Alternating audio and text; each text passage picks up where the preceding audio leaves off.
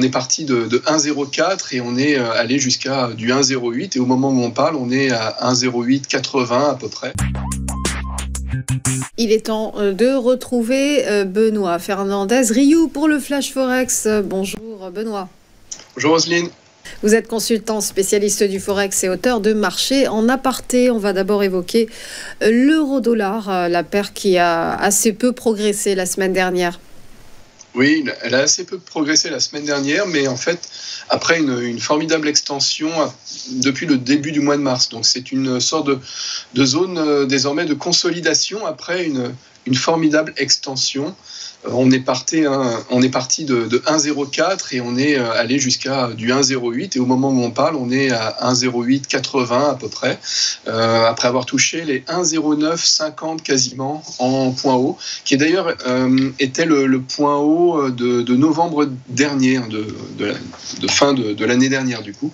Donc on arrive aussi à un moment sur une zone de résistance technique. Et là, on peut dessiner une sorte de canal haussier que l'on voit sur le graphique, mais qui est une hypothèse à ce stade, parce que pour l'instant, il n'y a pas énormément de points pour le confirmer, mais c'est peut-être les nouvelles bornes du terrain de jeu. Donc, on pourrait avoir comme cela, sur une extension qui a eu lieu depuis début mars, et cette formidable envolée de l'euro, désormais du 1,08 en point bas et disons un 10 peut-être potentiellement en point haut ultime, avec potentiellement quand même le 1,0950 à casser en guise de prochaine résistance. Alors, pourquoi on a eu cette extension ? Juste un mot. On a eu la séquence, effectivement, dollar fin d'année dernière, et même en début d'année avec la nouvelle administration Trump.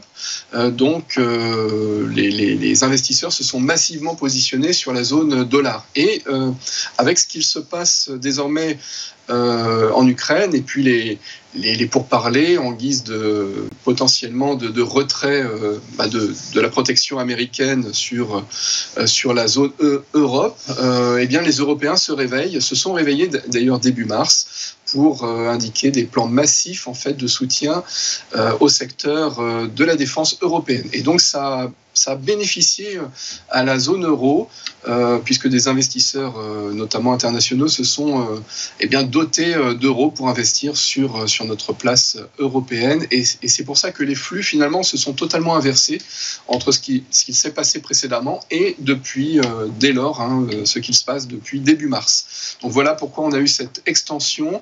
Désormais, les choses sont faites, donc c'est beaucoup plus lent. On est sur une zone plutôt de consolidation, ce qui est entre guillemets une phase baissière en fait techniquement, puisqu'on le voit sur le stochastique. Par contre, potentiellement on pourrait repartir à la hausse, peut-être avec une moindre mesure, mais on pourrait repartir à la hausse, et là ça nous casserait la fameuse résistance des 1,0950 pour aller chercher du 1,10 voire au-delà.